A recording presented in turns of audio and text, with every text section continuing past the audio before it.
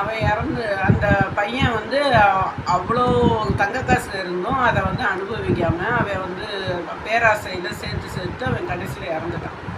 ஆனால் நபிசல்லாஹு என்ன சொல்லியிருக்காங்கன்னா, நம்ம வந்து முதல் கேள்வி வந்து முன்கண்ணைக்கு நான் வந்து கேட்ட பிறகு மண்டபுக்கு நீ யார், உன்னுடைய இது என்ன, நீ எந்த இதில் இருக்க, அந்த கேள்விங்களுக்கு அப்புறம் உன்னுடைய வாழ்நாளை நீ எப்படி செலவு பண்ண, உன் வாலிபத்தை நீ எப்படி செலவு பண்ண, உன்னுடைய வருமானத்தை நீ எப்படி இது பண்ண, ஏர்ன் பண்ண, அதை எப்படி செலவு பண்ணன்னு நம்மளுக்கு வந்து கேள்வி கேட்கப்படணும்.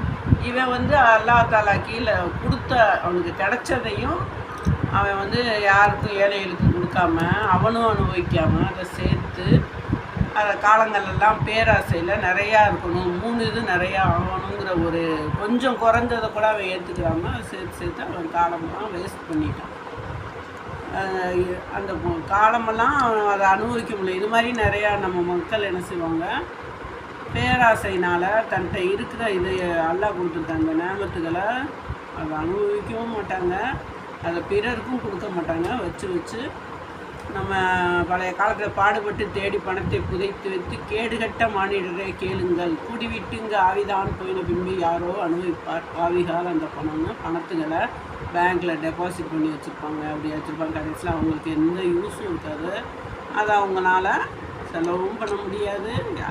இது அடுத்தவங்களுக்கு எதை கொடுத்தாங்களோ அதுதான் அவங்களுக்கு வரும்.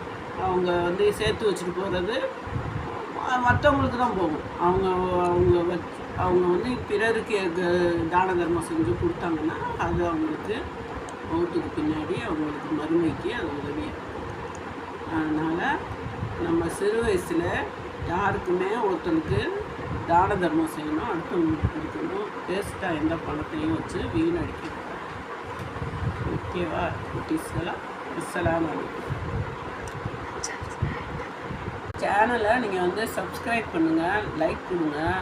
இதெல்லாம் இதில் அல்லாஹ் தஆலா நமக்கு போதுமான அளவு எங்களுக்கு எல்லாம் கொடுத்துருக்கான். ஆனால் இதில் வர்றது எதாக இருந்தாலும் நான் அதை ஏழைகளுக்கு நல்லா முன்னேற்றத்துக்கு அதுக்காக தான் இதை அவங்களோட வெல்ஃபேருக்கு தான் நான் செலவு பண்ணணும் நான் இருக்கேன். அதனால் நீங்கள் இந்த சேனலை தாராளமாக தான தர்மம் மாதிரி லைக் பண்ணலாம்.